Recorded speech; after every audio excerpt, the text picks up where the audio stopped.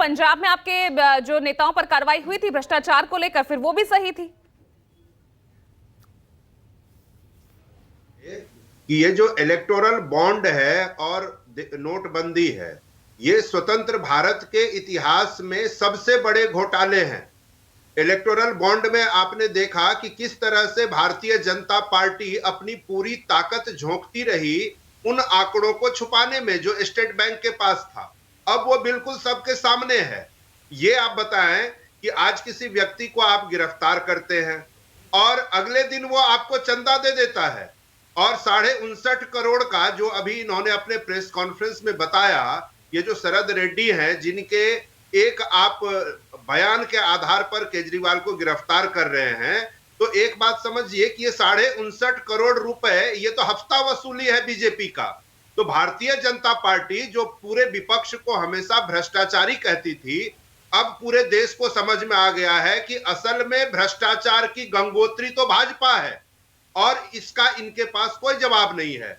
नोटबंदी के समय में पूजा जी आपको ध्यान होगा कि नोटबंदी के बाद पूरे देश भर में भाजपा ने जमीनें खरीदी और अपने 5 स्टार होटल नुमा अपने कार्यालय बनाए। दिल्ली में आपने देखा ही होगा कि किस तरह का 5 स्टार होटल इन्होंने बनाया। तो ये पैसे आखिर आए कहां से? अब पता चलता है कि ये पैसे कहां से आ रहे थे। भाई लिखित शिकायत आपकी पार्टी की तरफ से इसी मामले में अनिल चौधरी उस वक्त जो अध्यक्ष रहे आपके दिल्ली के, उन्होंने लिखित शिकायत की थी ना, और जब इस मामले में जांच शुरू हुई तो उन्होंने कहा ये हमारी जीत है। देखिए, किसी चीज के बारे में मांग करना कि इस पर जांच हो, मैं तो आज भी कहता हूं कि ये जो नोटबंदी के बाद भाजपा ने पूरे देश भर में जमीनें खरीदी और उसके बाद अपने 5 स्टार होटल नुमा कार्यालय बनाए, इनकी भी न्यायिक जांच होनी चाहिए। ये जो इलेक्टोरल बॉन्ड जिसको माननीय सर्वोच्च न्यायालय ने असंवैधानिक करार दिया, यानी बीजेपी ठीक कह रही है, वोट के लिए समझौता हो रहा है ना, ये गठबंधन इसीलिए हुआ है, चुनाव के लिए, वोट के लिए समझौता भ्रष्टाचार से भी। पूजा जी, गठबंधन देखिए, गठबंधन तो सभी दल कर रहे हैं, और आप ये देखिए कि भारतीय जनता पार्टी तो 40 से अधिक दलों को साथ लेकर चल रही है। एक चीज समझिए पूजा जी कि आखिर ये लोग इतनी बौखलाहट में क्यों फैसला कर रहे हैं? इनके पैरों तले जमीन खिसक गई।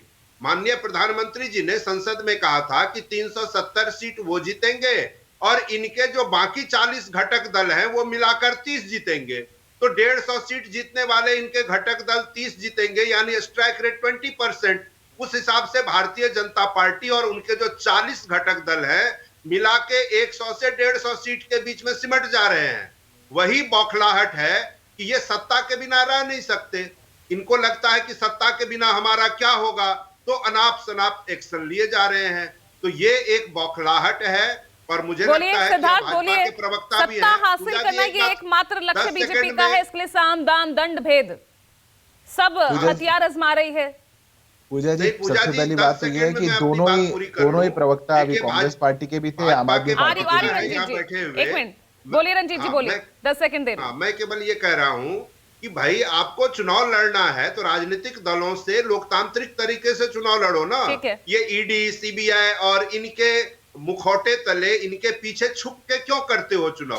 चुनाव लड़ो, सीधे मैदान में हो। अरे हार भी जाओगे तो क्या होगा? विपक्ष में बैठ जाना कुछ दिन, विपक्ष में भी बैठना भी तो राजनीति है।